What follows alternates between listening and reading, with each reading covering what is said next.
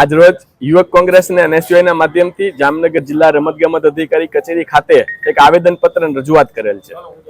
રજૂઆતનો મુદ્દો એ છે કે વર્ષ 2024-25ના ખેલ મહાકુંભની પૂર્ણાહુતિ બાદ એ ખેલ મહાકુંભમાં જે ખેલાડી ભાઈઓ બહેનો એ વિજેતા ક્રમાંક મેળવેલ છે, એટલે કે જે પ્રાઇઝ મની એમને દેવાની થતી હોય એમાંથી 80% ખેલાડી ભાઈઓ બહેનોને આજ દિવસ સુધી એની પ્રાઇઝ મનીની રકમ પણ મળેલ નથી।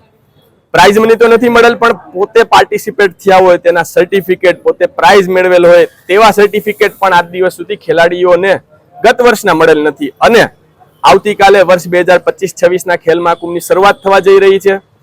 આજે અમે સાહેબનું ધ્યાન દોરેલ છે કે સાહેબ, ગયા વર્ષના ખેલાડી ભાઈઓ બહેનોને જો રકમ ના મળેલ હોય અને નવો ખેલ મહાકુંભ શરૂ થવા જઈ રહ્યું હોય તો આ ફક્ત ને ફક્ત પ્રચાર અને પ્રસાર માટેનું માધ્યમ બની રહ્યું હોય તેવું અમને લાગી રહ્યું છે।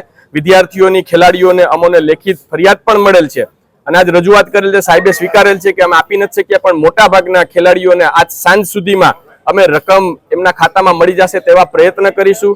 અને વાત રહી સર્ટિફિકેટની, સાહેબનું અમે ધ્યાન પણ દોરેલ છે કે દરેક જિલ્લાઓમાં 10 હોર્ડિંગ જો ખેલ મહાકુંભના ઓછા મારે તો જે સર્ટિફિકેટ છે તે હાર્ડ કોપીમાં દરેક વિદ્યાર્થીઓને આખા ગુજરાતમાં મળી શકશે તેવી વાત પણ આપે ઉપલી કચેરીમાં પહોંચાડવાની જરૂર છે।